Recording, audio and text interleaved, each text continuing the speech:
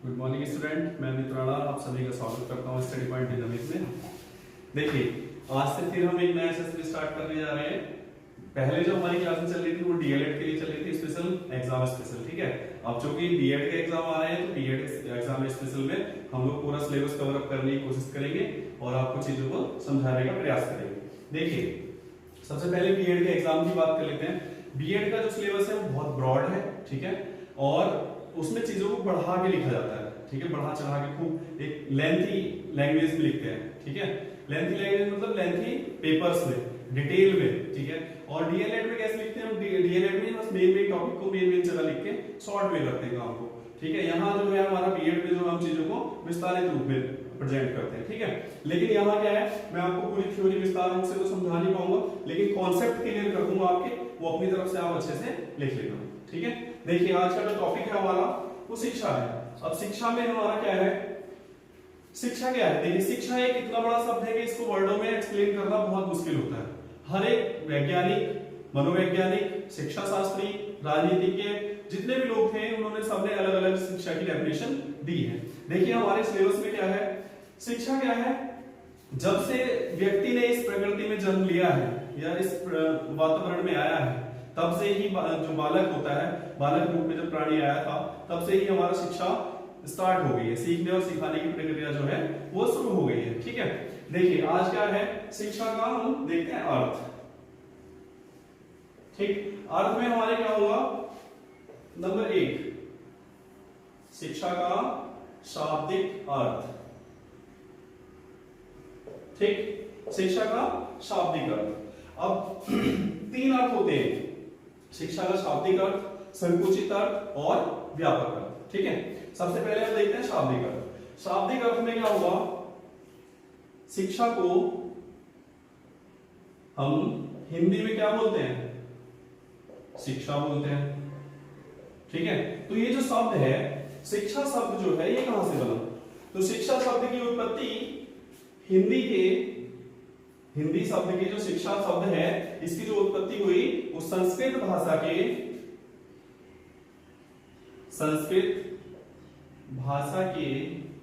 किससे हुई? शिक्ष धातु से हुई, शिक्ष धातु से हुई। इसमें आ प्रत्यय लगाने पर शिक्षा शब्द का निर्माण हुआ। इसी तरह हिंदी में हम दूसरा शब्द इसको बोलते हैं विद्या, ठीक है। इसको बोलते हैं हम विद्या, हिंदी में बोलते हैं विद्या। अब विद्या शब्द की उत्पत्ति कैसे हुई? संस्कृत भाषा के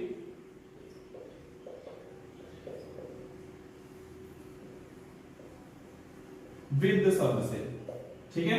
जो ये विद्य शब्द है इसमें आ प्रत्यय लगाने पर विद्या शब्द की उत्पत्ति हुई। इसका विद्या का है और शिक्षा, दोनों का ही अर्थ जो होता है वो क्या होता है? सीखना और सिखाना, ठीक है, सीखना और सिखाना। चलिए, ये तो हो गया हमारा हिंदी वाला। अब देखते हैं आगे, चलिए ऐसे देखते हैं आगे। इसमें इंग्लिश में हम कहते हैं इसको एजुकेशन, ठीक है। शिक्षा को हम इंग्लिश में क्या बोलते हैं? अंग्रेजी में एजुकेशन। अब एजुकेशन शब्द की भी जो उत्पत्ति हुई है वो लैटिन भाषा के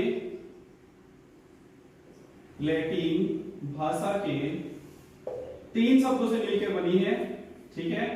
किस किस से? एजुकेयर, एजुसियर और एजुकेटम, ठीक है।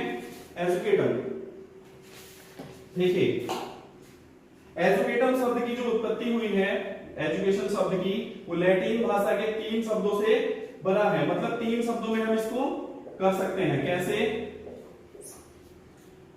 एक एजुकेयर, एक एजुशियर और एक एजुकेटम। एजुकेयर और एजुशियर और एजुकेटम, इनका तीनों का अर्थ जो है वो क्या होगा? सीखना और सिखाना या नई चीजों को विकास करना या बालक के मस्तिष्क में अंतर्निहित ज्ञान को बाहर निकालना।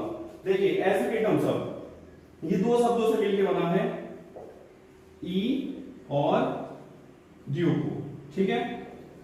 ई का मतलब होता है अंदर से और ड्यूको का मतलब होता है बाहर निकालना या विकसित करना।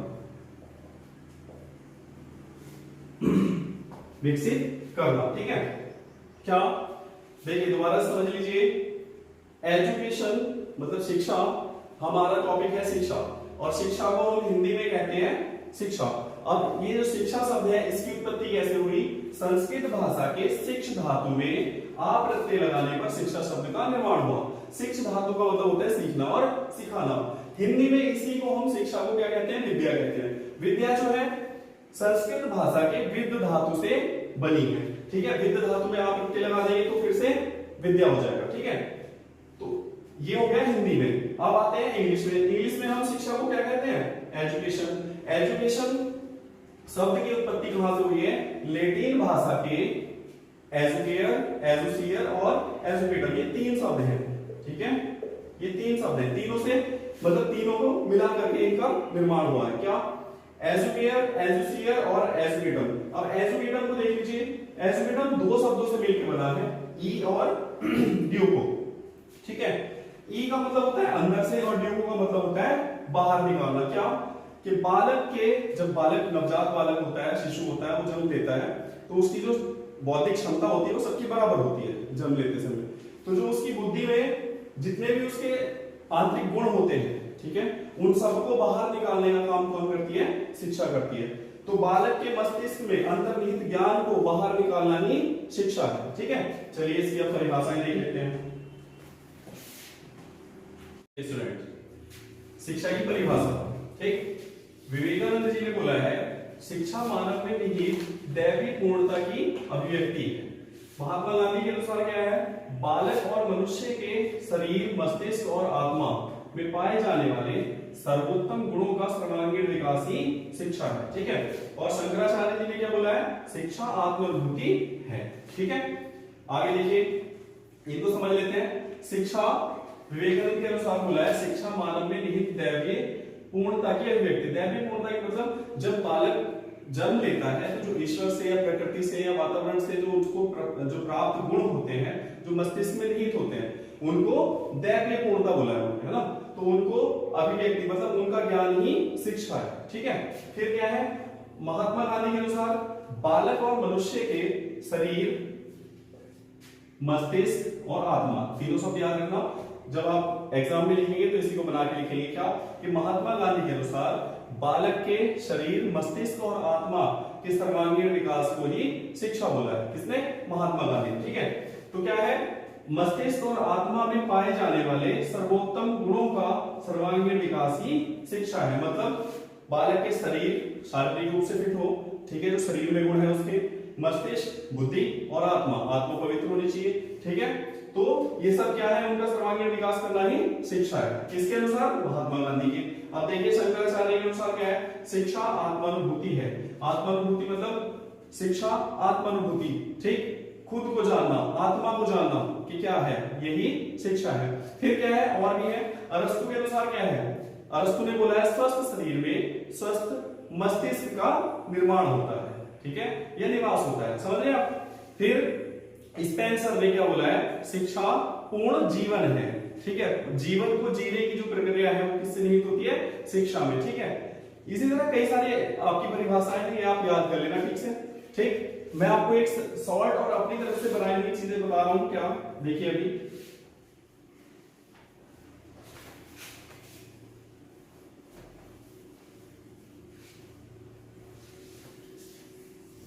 आप जब एग्जाम में लिखेंगे तो क्या लिखेंगे? शिक्षा एक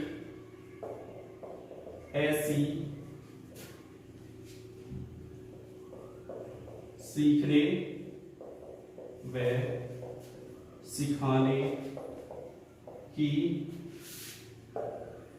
प्रक्रिया है जो जीवन पर्यंत चलती रहती है। ठीक है, सिंपल सी एक परिभाषा ये है कि क्या शिक्षा क्या है? कोई भी पूछे या कहीं भी आपको लिखना हो तो क्या लिखेंगे? शिक्षा एक ऐसी प्रक्रिया है या सीखने सिखाने की एक ऐसी प्रक्रिया है जो जीवन पर्यंत चलती रहती है। अब कैसे? देखिए, जब बच्चा जन्म लेता है और जन्म से मृत्यु तक हम कुछ ना कुछ सीखते रहते हैं। ठीक है, सीखते हैं और सिखाते हैं। जब बच्चा छोटा होता है तो अपने माता पिता से सीखता है, परिवार से सीखता है, समाज से सीखता है, ठीक है, विद्यालय से सीखता है, और जब बाद में हो जाता है तो फिर सामाजिकता के रूप से सीखता है, ठीक है। तो जिंदगी भर या जीवन भर जो सीखने सिखाने की प्रक्रिया होती है वो शिक्षा कहलाती है, ठीक है। चलिए एक बार दोबारा से रिवाइज कर लीजिए कि शिक्षा का शाब्दिक अर्थ हमने पढ़ा, ठीक है। शिक्षा शब्द का निर्माण संस्कृत भाषा के शिक्ष धातु में आप्रत्यय लगाने से हुआ है, ठीक है। और इसी को हिंदी में हम क्या कहते हैं, विद्या कहते हैं। विद्या शब्द का निर्माण संस्कृत भाषा के विद्य धातु से हुआ है, ठीक है। अब शिक्षा को अंग्रेजी भाषा में हम कहते हैं एजुकेशन। एजुकेशन का निर्माण एजुकेयर, एजुसियर और एजुकेटम शब्द से हुआ है। एजुकेटम शब्द दो शब्दों से मिलकर बना है, किस किससे, ई और ड्यू को। ई का मतलब होता है अंदर से और ड्यू का मतलब होता है बाहर निकालना। क्या कि बालक के अंतर्निहित, मस्तिष्क के अंतर्निहित जितने भी गुण होते हैं, जितनी भी शक्तियां होती हैं, उनको बाहर निकालने का काम कौन करती है, शिक्षा करती है, ठीक है। चलिए ये तो हो गया शाब्दिक अर्थ। अब देखते हैं शिक्षा का संकुचित अर्थ। शिक्षा के संकुचित अर्थ के बाद देखिए इसमें क्या होता है, शिक्षा मतलब ये जो होता है संकुचित मतलब होता है छोटा, ठीक है, लिमिट्स या नैरो, ठीक है। और दूसरा क्या होता है, व्यापक अर्थ, ठीक है। एक होता है संकुचित अर्थ, एक होता है व्यापक अर्थ। संकुचित अर्थ को देखिए पहले, इसमें क्या होती है, लिमिट्स होती है, इसमें होती है वाइड एरिया। वाइड एरिया मतलब व्यापक रूप में, बड़ा बड़ा करके, ठीक है। चलिए संकुचित अर्थ में क्या होता है, हर चीज एक निश्चित तरीके से होती है, ठीक, निश्चित समय, निश्चित स्थान, निश्चित पाठ्यक्रम, ठीक है, निश्चित माध्यम, ठीक है। कहने का क्या है कि संकुचित अर्थ में, शिक्षा के संकुचित अर्थ में आपका स्थान निश्चित होगा, समय निश्चित होगा, पाठ्यक्रम निश्चित होगा, और जो माध्यम होगा वो भी क्या होगा, निश्चित होगा, ठीक है। इसमें देखिए क्या होता है, जैसे आप इसका एग्जांपल ले सकते हैं विद्यालय, ठीक है। विद्यालय में क्या होगा, आपको पता है कि हमारे किस टीचर या किस शिक्षक का हमारा पहला लेक्चर है, ठीक है। पहला लेक्चर कितने बजे से स्टार्ट होगा, किस कक्षा में हमारा लेक्चर लगेगा, ठीक है। कौन सा सब्जेक्ट हमारा किस पाठ्यक्रम मतलब किस यूनिट में चला गया है, कौन सा सब्जेक्ट हमारा पाठ्यक्रम के अनुसार से ठीक चल रहा है, ठीक है। किस स्थान पे हमारा क्या होगा, पाठ्यक्रम होगा। तो ये सारी चीजें क्या होती है, निश्चित होती है कि क्या आपकी 10 बजे क्लास लगनी है, 40 मिनट का लेक्चर होना ही होना है। एक शिक्षक का लेक्चर है, जो शिक्षक है वही शिक्षक हमें उस सब्जेक्ट को पढ़ाएगा, ये भी निश्चित है, ठीक है। ये माध्यम हो गया। फिर हमारा पाठ्यक्रम मतलब अगर आप बीएड कर रहे हैं, बीटीसी कर रहे हैं, तो बीएड का ही पाठ्यक्रम पढ़ेंगे, ना कि बीटेक या एमटेक का पढ़ सकते हैं, ठीक है। ये भी सब निश्चित है। स्थान, आपको पता है जिस विद्यालय में जिस कक्षा में आपने एडमिशन लिया है, उसी कक्षा में उसी क्लास में आपका लेक्चर होना है, तो ये सब चीजें क्या होंगी, निश्चित होंगी, ठीक है। तो संकुचित अर्थ में क्या होता है, शिक्षा निश्चित स्थान पर, निश्चित समय पर, निश्चित माध्यम के अनुसार, निश्चित पाठ्यक्रम में जो हमें ज्ञान प्राप्त होता है या जिससे हम सीखते हैं, वो क्या होती है, शिक्षा संकुचित रूप में होती है, ठीक है। अब देखते हैं व्यापक रूप में। व्यापक रूप क्या है, जो इन सब चीजों में ना हो, ठीक है। ना तो समय निश्चित हो, ना स्थान निश्चित हो, ना पाठ्यक्रम निश्चित हो, ना माध्यम निश्चित हो, कहीं से कभी भी कुछ भी सीखना व्यापक रूप में आता है। जैसे माता पिता, ठीक है, परिवार, समाज, ठीक है, स्वयं अध्ययन, ठीक है। ये सब क्या है, ये सब क्या है, इसमें आएगा व्यापक रूप में आएगा शिक्षा के, ठीक। क्योंकि ना तो मम्मी पापा से या माता पिता से जब हम सीखते हैं, ना तो स्थान निश्चित होता है, मतलब हर समय सीखते रहते हैं, ठीक है। परिवार से क्या सीखते हैं हम, कभी भी कुछ भी कहीं भी सीख सकते हैं, ठीक। समाज से तो हम जीवन पर्यंत सीखते चलते चले जाते हैं ना, सीखते रहते हैं और सिखाते रहते हैं। और स्वयं अनुभव करके जो सीखते हैं, ठीक है। तो इसकी कोई लिमिट नहीं होती है, अनलिमिटेड होता है, ठीक है। ये लिमिटेड होता है और ये अनलिमिटेड होता है, ठीक। तो संकुचित अर्थ में हमारा विद्यालय आ जाएगा, और व्यापक अर्थ में हमारा क्या आ जाएगा, माता पिता, परिवार या समाज या स्वयं अध्ययन, ठीक है। ये हो गया। चलिए अब देखते हैं प्रक्रिया।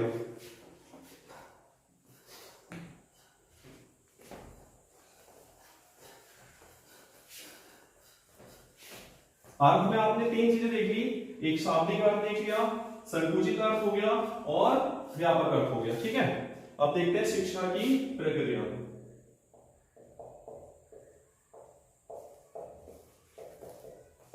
या शिक्षा प्रक्रिया के माध्यम से या प्रक्रिया के रूप में। तो शिक्षा को प्रक्रिया के रूप में तीन प्रकार में बांटा है। ठीक है, एक द्विमुखी प्रक्रिया, दूसरा त्रिमुखी प्रक्रिया और बहुमुखी प्रक्रिया।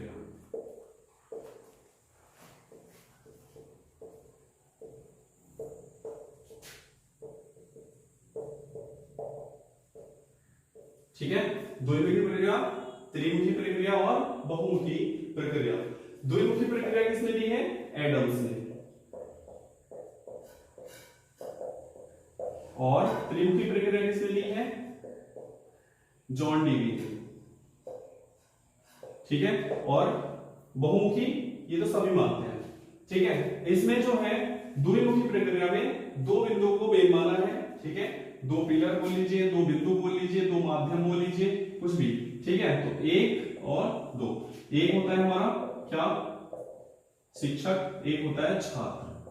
ठीक है, तो एडम्स महोदय ने ये माना है कि जो शिक्षा की प्रक्रिया है वो दो व्यक्तियों या दो माध्यमों के बीच ही हो सकती है।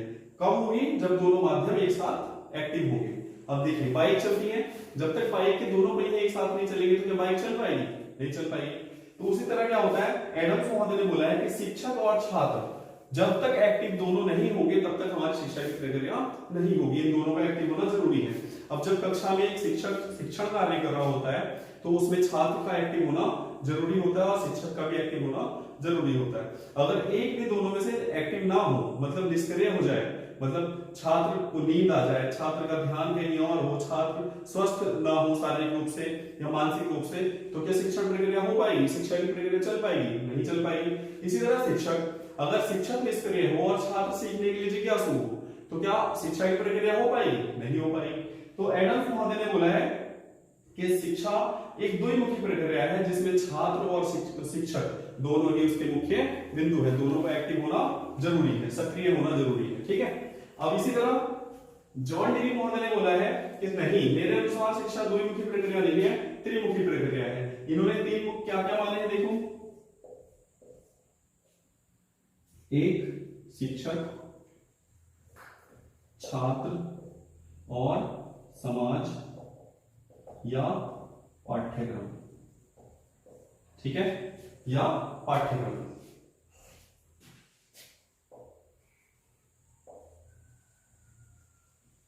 ठीक है, जॉन डीवी ने क्या माना है? शिक्षक, छात्र, समाज या पाठ्यक्रम। ये तीन बिंदु या तीन माध्यम ऐसे माने हैं जिनके बिना शिक्षा की प्रक्रिया कंप्लीट नहीं हो सकती। कैसे? इन्होंने माना है ठीक है भाई, शिक्षक भी है, छात्र भी है, दोनों एक्टिव भी हैं, एक पढ़ाना चाह रहा है, एक पढ़ना चाह रहा है, सीखना चाह रहा है, लेकिन क्या सिखाएगा क्या या सीखेगा क्या? तो इन्होंने क्या किया?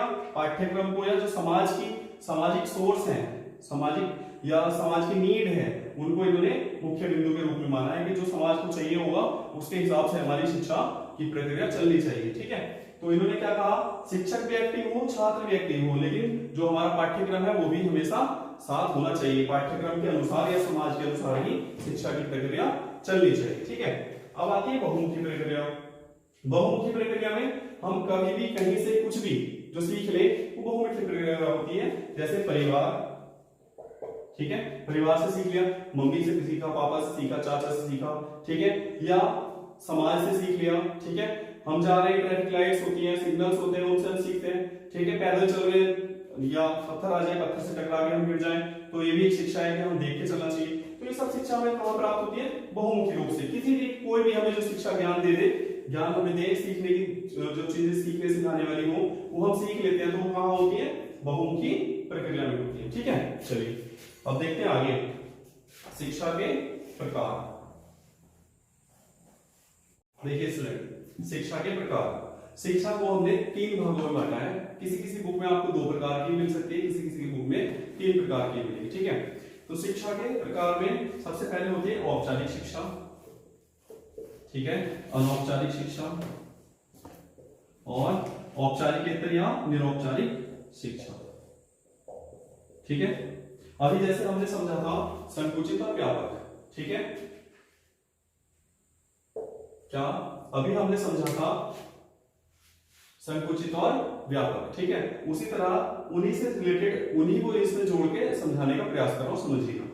औपचारिक मतलब होता है एक, समझ लीजिए निश्चित रूप से लिमिट में, ठीक है, औपचारिक फॉर्मल नॉन फॉर्मल, ठीक है, और फॉर्मल और नॉन फॉर्मल को दोनों को मिला के बनता है निरौपचारिक। ठीक है, तो फॉर्मल एजुकेशन में क्या होता है, हमारे पास यहां भी क्या होगा, निश्चित समय होगा, निश्चित स्थान होगा, ठीक है, निश्चित पाठ्यक्रम होगा और निश्चित माध्यम होगा। ठीक है, क्या, देखिए समझिए, औपचारिक शिक्षा में हम जो रखेंगे निश्चित समय पर, निश्चित स्थान पर, निश्चित माध्यम के अनुसार, निश्चित पाठ्यक्रम के अनुसार जो हमें शिक्षा प्राप्त होती है वो औपचारिक शिक्षा में आती है। ठीक है, औपचारिक शिक्षा में हम रखेंगे जैसे विद्यालय। ठीक है, विद्यालय में आपको अभी संकुचित अर्थ में समझा दिया था ठीक से, क्या कि हम जब विद्यालय जाते हैं तो हमारी क्लास जो होगी वो सही समय पर होगी, समय के अनुसार होगी, जितना बड़ा हमारा लेक्चर होगा उसी के अनुसार होगी, जो टीचर हमें जो सब्जेक्ट पढ़ा रहा है उसी के अनुसार होगी। इसको समझाने वाली कोई ऐसी ज्यादा है नहीं क्योंकि पहले मैं समझा चुका हूं। अब देखिए औपचारिक शिक्षा, औपचारिक शिक्षा में क्या होगा, औपचारिक शिक्षा में हम कहीं से कभी भी जो ज्ञान प्राप्त करते हैं वो औपचारिक होता है। कैसे, देखिए अभी आप YouTube से पढ़ रहे हैं, ठीक है, YouTube से पढ़ रहे हैं तो ये क्या हो गया, अनौपचारिक शिक्षा। क्यों, क्योंकि यहाँ आपका स्थान निश्चित नहीं है, आपका समय निश्चित नहीं है, कभी भी कहीं भी कुछ भी पढ़ सकते हैं हम। ठीक है, तो ये चीजें होगी। अनौपचारिक शिक्षा में हम परिवार से, समाज से और किसे, समाज से, परिवार से, स्वयं अध्ययन से या समय के अनुसार जो ज्ञान प्राप्त करते हैं अनुभव के माध्यम से, वो क्या होगा, अनौपचारिक शिक्षा होगा। ठीक है, अब औपचारिक शिक्षा क्या होगी, औपचारिक या फिर औपचारिक, इन दोनों को मिलाकर बनती है। ठीक है, जहां कुछ चीजें लिमिट में हो, कुछ चीजें अनलिमिटेड हो। ठीक है, जैसे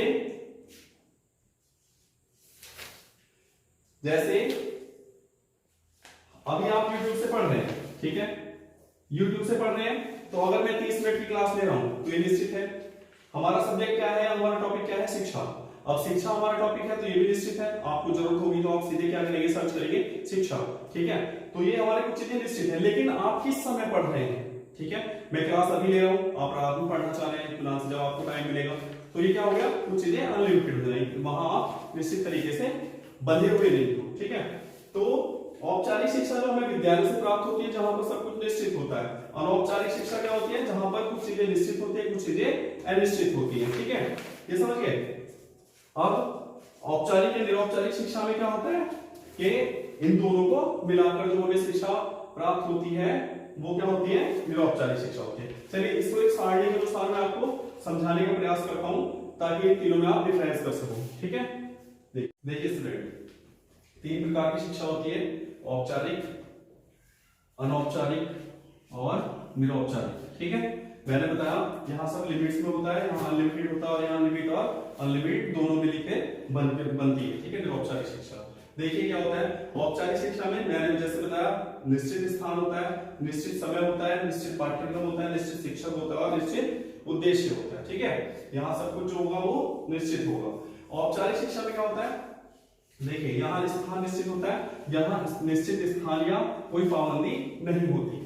ठीक है, अगर मैं कहूं कि आपको एक निश्चित विद्यालय में जाकर ही शिक्षा प्राप्त करनी है तो ये किस में आएगा, औपचारिक शिक्षा में। लेकिन मैं कहूं कि आपको कहीं भी किसी भी विद्यालय से या किसी भी शिक्षक के माध्यम से या किसी भी माध्यम से हम शिक्षा प्राप्त करेंगे तो वो अनौपचारिक शिक्षा, क्योंकि यहाँ कोई पाबंदी या कोई लिमिट्स नहीं होती। ठीक है, उसके बाद क्या होता है, निरौपचारिक शिक्षा। निरौपचारिक शिक्षा में क्या होगा कि प्रत्येक छात्र तक, ठीक है, जो हमारा प्रत्येक छात्र होगा उसके पास ज्ञान को भेजना या उसे शिक्षा प्राप्त करने का अधिकार दिलाना या उस तक ज्ञान या शिक्षा पहुंचाने का प्रयास करना। ठीक है, जैसे अभी कुछ विद्यालय होते हैं जहां या कुछ छात्र ऐसे होते हैं जो क्या करते हैं, रेगुलर क्लास में ना जाकर कहीं ना कहीं उनसे जो चीजें होती है वो छूट जाती है, कॉन्सेप्ट छूट जाते हैं, सब्जेक्ट छूट जाते हैं, क्लासेस छूट जाती है ना। तो अब हम YouTube के माध्यम से क्या कर रहे हैं, आप तक वो चीजें जो आपसे छूट रही हैं उनको पहुंचाने का प्रयास कर रहे हैं, ठीक है। तो उसके लिए आप फ्री हो। तो ये कहने का माध्यम क्या है कि प्रत्येक छात्र तक शिक्षा पहुंचाने का प्रयास करते हैं। किसके माध्यम से? निरौपचारिक माध्यम से। जो हम YouTube के माध्यम से आपको ज्ञान दे रहे हैं, आप पढ़ने का प्रयास कर रहे हो कि कौन से प्रकार की शिक्षा में आएगा? निरौपचारिक शिक्षा में, ठीक है। क्योंकि आपको पता है कि हम इस तरह क्लास ले रहे हैं, 30 मिनट की क्लास होगी, लेक्चर सीमित होगा, ठीक है, कॉन्सेप्ट हमारा सीमित है, लेकिन आप कब किस समय पढ़ना चाहेंगे ये आप पे डिपेंड कर रहा है। तो ये किस में आएगा? निरौपचारिक शिक्षा में। आगे देखिए निश्चित समय। यहां अब जो विद्यालय शिक्षा होती है कक्षा 1 से लेके ग्रेजुएशन तक, या जब तक कोई डिग्री ना प्राप्त कर ले, या 12वीं क्लास तक, 6ठी क्लास तक, 8वीं क्लास तक, जहां भी बालक चाहे रोकना, वो एक निश्चित समय होता है, ठीक है। लेकिन यहाँ क्या होता है औपचारिक शिक्षा में? औपचारिक शिक्षा जन्म से मृत्यु तक चलती रहती है। जब बच्चा जन्म लेता है तभी से माता से सीखना, पिता से सीखना, परिवार से सीखना, ठीक है, और मृत्यु तक कुछ ना कुछ सीखते चला जाता है। फिर क्या है, सभी प्रकार के छात्रों के लिए निरौपचारिक शिक्षा में कोई भेदभाव नहीं होता, ठीक है। इसमें सभी प्रकार के छात्रों का ध्यान रखा जाता है। आप देखिए जैसे अभी हम क्लास ले रहे हैं, कुछ विकलांग बच्चे भी होंगे, ठीक है, कुछ मानसिक रूप से, बुद्धि से पिछड़े हुए बच्चे भी होंगे, कुछ सामान्य बच्चे भी होंगे, ठीक है, कुछ प्रतिभाशाली बच्चे भी हैं। तो जो हम ये वीडियो के माध्यम से मैं आपको पढ़ा रहा हूं, उससे वो सभी लोग शिक्षा प्राप्त करेंगे। तो ये किसके लिए होती है? सभी प्रकार के छात्रों के लिए, ठीक है। आगे देखिए निश्चित पाठ्यक्रम। यहाँ क्या होगा, औपचारिक शिक्षा में निश्चित पाठ्यक्रम होता है। जैसे मैंने बताया अभी हम बीएड की क्लास ले रहे हैं, हमारा टॉपिक भी क्या है? निश्चित है। तो ये निश्चित पाठ्यक्रम के अनुसार पढ़ा रहे हैं। लेकिन यहाँ क्या है? अनुभव के आधार पर। औपचारिक शिक्षा में क्या होता है, पाठ्यक्रम निश्चित नहीं होता, जैसी सिचुएशन होती है उस सिचुएशन से निकलने के लिए जो व्यक्ति प्रयास करता है और उससे जो सीखता है वही शिक्षा होती है, मतलब अनुभव के माध्यम से। और यह निरौपचारिक शिक्षा क्या है? लचीली है। लचीली मतलब आप बंधे हुए नहीं है कि अभी मैं क्लास ले रहा हूं तो अभी देखेंगे, आपका जब मन होगा, जब समय होगा उस समय देखेंगे, ठीक है। तो लचीलापन है। फिर है हमारा निश्चित शिक्षक। निश्चित शिक्षक मतलब एक सब्जेक्ट को टीचर पढ़ा रहा है तो उसी से पढ़ना है, ठीक है, क्लास उसी की है तो वही क्लास लेगा, ठीक है। लेकिन यहाँ क्या है, कोई शिक्षक निश्चित नहीं है। परिवार से शिक्षा प्राप्त हो सकती है, समाज से हो सकती है, माता पिता से हो सकती है, कोई बाहर का व्यक्ति कोई आके कोई आपको चीजें सिखा जाए तो ये क्या हो गया? शिक्षा प्राप्त होगी। किसमें आएगी? औपचारिक शिक्षा में। अब ये देखिए निरौपचारिक शिक्षा, ठीक है। निरौपचारिक शिक्षा में क्या होगा? उद्देश्यपूर्ण होती है। मतलब आपका एक उद्देश्य है क्या, कि हम बीएड कर रहे हैं, हमें पास होना है अच्छे नंबर से, फिर यूपी टेक क्वालिफाई करना है और जॉब प्राप्त करनी है, तो एक आपका उद्देश्य है। तो आप एक उद्देश्य से शिक्षा प्राप्त कर रहे हैं, ठीक है। तो ये उद्देश्य कौन होती है? फिर देखिए निश्चित उद्देश्य। यहाँ भी क्या होगा? निश्चित उद्देश्य प्राप्त होंगे। आप बीएड क्यों कर रहे हैं? टीचर बनने के लिए, ठीक है। और आपने बीएड ही क्यों चुना? एक जॉब, एक अच्छे समाज में सेवा करने के लिए, बच्चों का एक सामाजिक निर्माण करने के लिए, ठीक है, एक शिक्षित समाज बनाने के लिए। तो ये आपके क्या होंगे? निश्चित उद्देश्य होंगे। लेकिन यहाँ अनौपचारिक शिक्षा में क्या होता है? आवश्यकता अनुसार, परिस्थिति के अनुसार, जो भी हम जिस कंडीशन में फंस जाएं उस कंडीशन से निकलने के लिए कौन कौन से तरीके हम अपनाते हैं, ठीक है, तो वो सब किसमें आएंगे? अनौपचारिक शिक्षा में, ठीक है। जो कंडीशन को परिवर्तित करती है या हम अपने अनुभव के आधार पर, आवश्यकता के आधार पर परिवर्तन करते हैं, वो जो शिक्षा में प्राप्त होती है वो कैसे होगी? अनौपचारिक शिक्षा, ठीक है। ये क्या है? निरौपचारिक शिक्षा। निरौपचारिक शिक्षा मतलब जीवन संबंधी होती है, जीवन पर्यंत चलने वाली। जिन जिन चीजों की परिस्थिति के अनुसार हमें जरूरत होती है उसके अनुसार हमारी शिक्षा भी परिवर्तित होती चली जाती है। तो आज की वीडियो में हमारा इतना ही, अब बाकी नेक्स्ट वीडियो में कल दूंगा, ठीक है। और आप लोगों से उम्मीद करूंगा कि वीडियो को लाइक करेंगे, शेयर करेंगे और कमेंट में जरूर बताइए कि कैसे हमारी वीडियो लगी। Thank you.